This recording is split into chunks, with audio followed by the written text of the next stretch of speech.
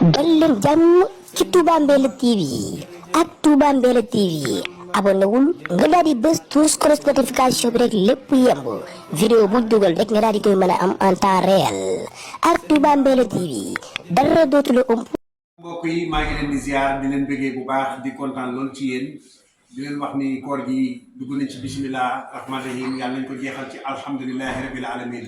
waaye nag ñi ngi bëggee bu baax a baax suñu xalif général sëñ Mountakha Mbacké di ñaan yàlla mu yàgg fi lool te ànd ak wér ku ne amin it na nga fi yàgg lool te ànd ak wér xalif généraux yi nekk si Sénégal yëpp it ñu ngi leen di ñaanal ñoom it ñu yàgg fi lool te ànd ak wér ku ne amin it yàlla nga fi yàgg lool te ànd ak wér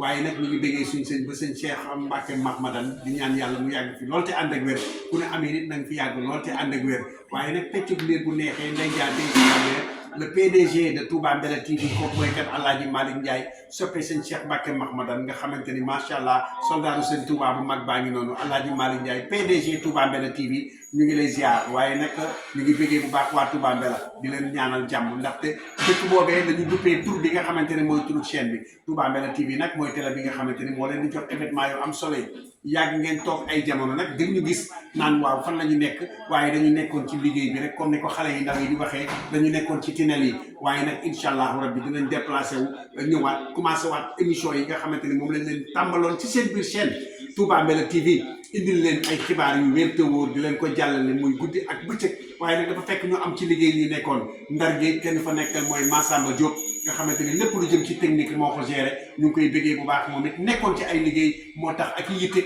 tax jamono yi temb gisu leen ko woon di bëggee bu baax a baax Cheikh Gana kontaan nañ ci liggéey bi bu baax a baax sama doom ji maa ngi lay bëggee bu baax a baax di kontaan ci Malick Ndiaye soldaaru seen Touba bi di ko wax ne liggéey bi rafet na Touba Mbella TV ñëpp kontaan nañ ci Touba Mbella TV chaîne bi nga xamante ni nag wax dëgg yàlla moo lay jox li nga xamante ni képp ku naan ashhadu an laa ilaha illallah wa ashhadu anna muhammadan abduhu wa rasul jàppal ni chaîne boobu sa chaîne la ndax yow la ñuy liggéeyal waaye nag képp koo xamante ni danga naan jërëjëfee seen Touba jaaraama maam Cheikh Rama Fall jàppal ni chaîne bi sa chaîne la kon nag mbokk yi yéen a ñu doon xaar dellu su nañ weeru koor gi teru na Alaaji Malick Ndiaye xam naa ne njóobee ni nag duñ la summi ndax yow macha allah lépp looy def da nga koy teg si yoon njóobee ni duñ la mës a summi waaye nag feccu liir bu neexee nday jaatee ca mbagg ya derrière chaque grand homme y a une grande dame la première dame ñu ngi koy ziar bu baax di ko bëggee di ko ñaanal yàlla mu yàgg fi loolu te ànd ak wér jëng saala way de saa coro ma jigéen yaa baax yaa gore yaa ñu téye kër gi Touba Mbella bu dee kër la yow yaay yaayi Touba Mbella TV kon nag ñu ngi leen di sant di leen gërëm